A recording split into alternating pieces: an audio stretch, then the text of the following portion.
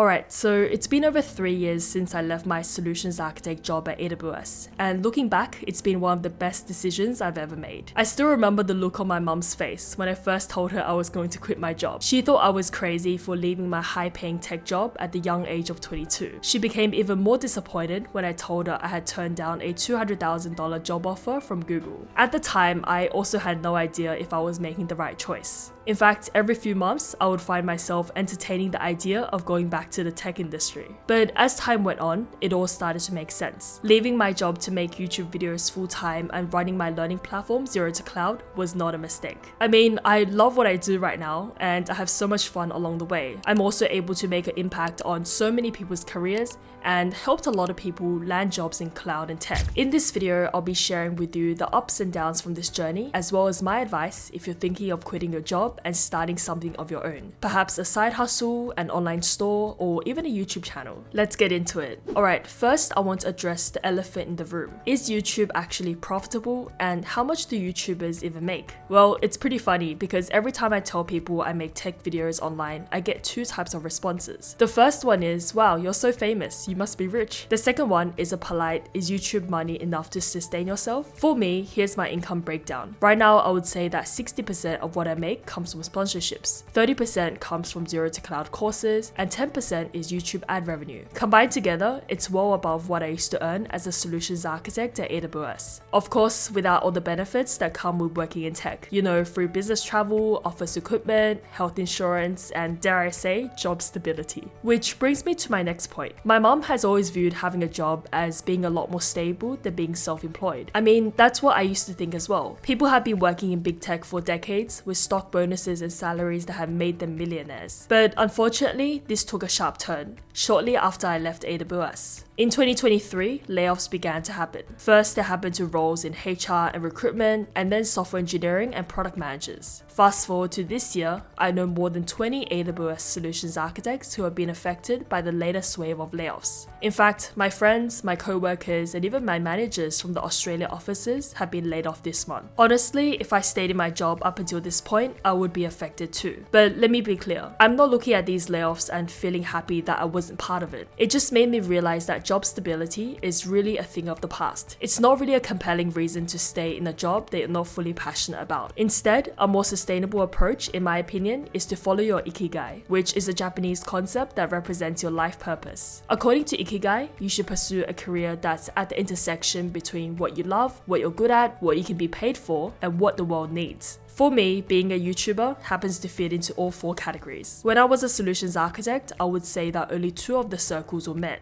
And so it made a lot more sense for me to transition to YouTube rather than continue to spend my time and building my skills in something that only made me half fulfilled. But I have to say, a big part of helping me navigate through this transition and period of uncertainty was therapy. Because here's the thing, every year around January, everyone talks about becoming a better version of themselves. New habits, new routines, and new goals. Most of that fades pretty quickly. For me, the biggest shift didn't come from trying to change everything at once. It came from paying attention to patterns, how I react when I'm stressed, what I avoid, and what keeps coming up in different areas of my life. A small habit that helped me was slowing down enough to notice these things. And one intentional way I've done this is through therapy sessions. Now, if you're busy like me and looking for ways to fit therapy into your schedule, I'd recommend checking out BetterHelp. BetterHelp is a paid partner I work with, but it's one of the best ways to get started with therapy if that's something you've been thinking about. To get started, you just have to answer a short questionnaire and then match you with a credentialed therapist. If it doesn't feel like the right fit, you can just switch therapists at no extra cost. And so if you're looking for more clarity and support in your life, you can click on the link in the description below or go to betterhelp.com/techwithlucy to get 10% off your first month of therapy. Alright, for the rest of this video, I want to share with you some actionable steps you can take if you're also thinking of leaving your job to pursue something more entrepreneurial. Step number 1 is to build something while you still have a safety net. This is probably the biggest advice I can give. Many of my friends want to build a startup but tell themselves I'll start when I get promoted,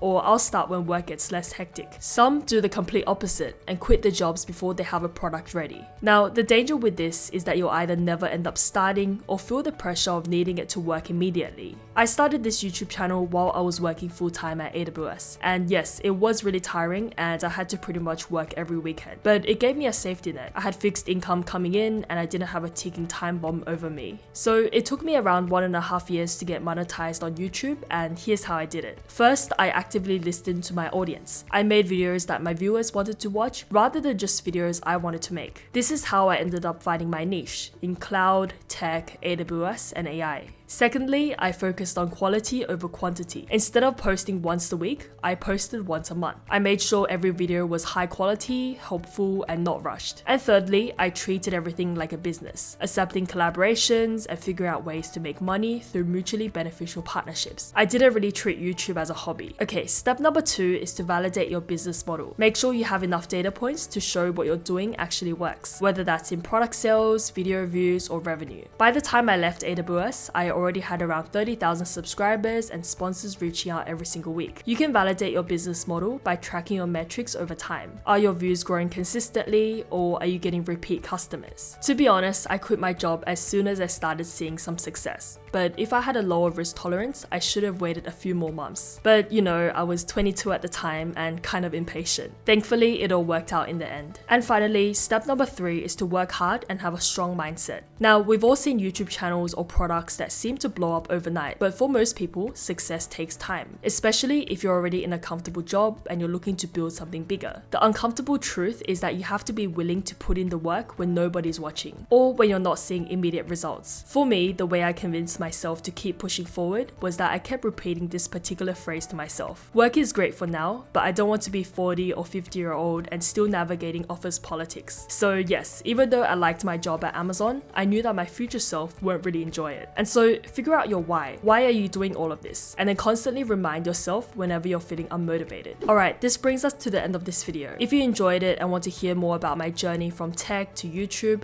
please let me know in the comments below. Thanks for watching, and I'll see you in the next video. Bye for now.